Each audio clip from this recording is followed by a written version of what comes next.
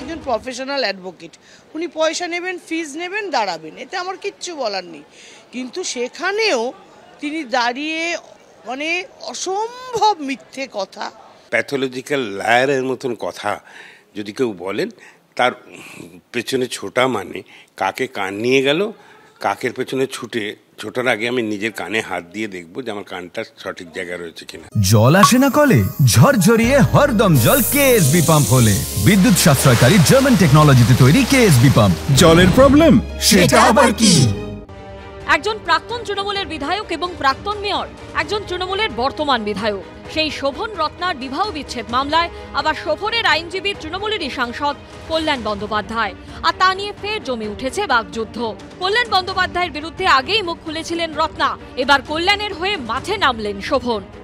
কেউ যদি মিথ্যা সাক্ষ্য দেয়, রত্না চ্যাটার্জি এক ধরনের মিথ্যা সাক্ষ্য দিচ্ছেন, দুলাল দাস এক ধরনের মিথ্যা সাক্ষ্য দিচ্ছেন, তাদের মধ্যে মিল নেই, সেটা যদি আদালতে বিচারাধীন হবার পর বিতর্কের মধ্যে আসে, তা দায়িত্ব আমার নয়। অন্ধ তুমি ধৃতরাষ্ট্র অন্তরে বাহিরে, তাকে যদি কালারফুল লাইফ বলে, তা অন্যায় কি বলেছে? বিবাহ বিচ্ছেদ মামলায় শুক্রবার শোভন চট্টোপাধ্যায়ের হয়ে সওয়াল করেন তৃণমূল সাংসদ কল্যাণ। সূত্রের খবর, শোভন রত্নার বিবাহ বিচ্ছেদ মামলায় এখনও সাক্ষী দেননি রত্না চট্টোপাধ্যায়ের বাবা দুলাল দাস। সেই সূত্র ধরেই কল্যাণ বন্দ্যোপাধ্যায় হাইকোর্টে প্রশ্ন তোলেন, দুলাল চন্দ্র দাস একটি পুরসভার চেয়ারম্যান, সেখানে কাজ রোজ সামলাচ্ছেন, কিন্তু বয়সের যুক্তি দিয়ে আদালতে যেতে পারছেন না। আমার বাবার নামে সেই লোকটাকে পর্যন্ত হাইকোর্টে ছাড়ছে না, বলছে কালারফুল লাইফ। আমার বাবার কালারফুল লাইফ, আমার বাবার হিস্ট্রি জিওগ্রাফি উনি সব জানেন, কিন্তু তুমি মিথ্যে কথা বলছো। কারণ আমি একজন অসহায় মহিলা বলে, যে আমি একা দুটো বাচ্চাকে নিয়ে লড়াই করছি বলে সমাজের মাঝখানে দাঁড়িয়ে তুমি যা খুশি নোংরা নোংরা কথা বলে চলে গেলে। দুলাল দাস মেয়ের বিবাহ বিচ্ছেদের মামলায় যে ধরনের তার সাক্ষী দিতে আসার জন্য যে সমস্ত অসত্য তথ্য, মিথ্যা তথ্যগুলো দিয়ে তার বাড়িতে বসে কমিশন করে সাক্ষ্য দেবার কথা বলেছিলেন, যে তিনি আসতে পারছেন না, তিনি আসতে অসমর্থ।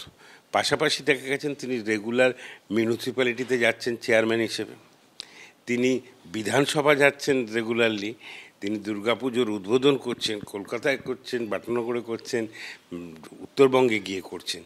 আর এই যে মিথ্যে তথ্যটা আদালতের কাছে ধরা পড়ে যাবার পর আজকে সেই প্রসঙ্গ এসছে।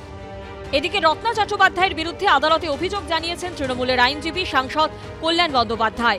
তিনি দাবি করেছেন, বিবাহ বিচ্ছেদের মামলায় শোভন চট্টোপাধ্যায়ের আইনজীবী হিসেবে দাঁড়ানোয় কুৎসার শিকার হতে হচ্ছে। কৃষ্ণেন্দু অধিকারীর রিপোর্ট, এবিপি আনন্দ, কলকাতা।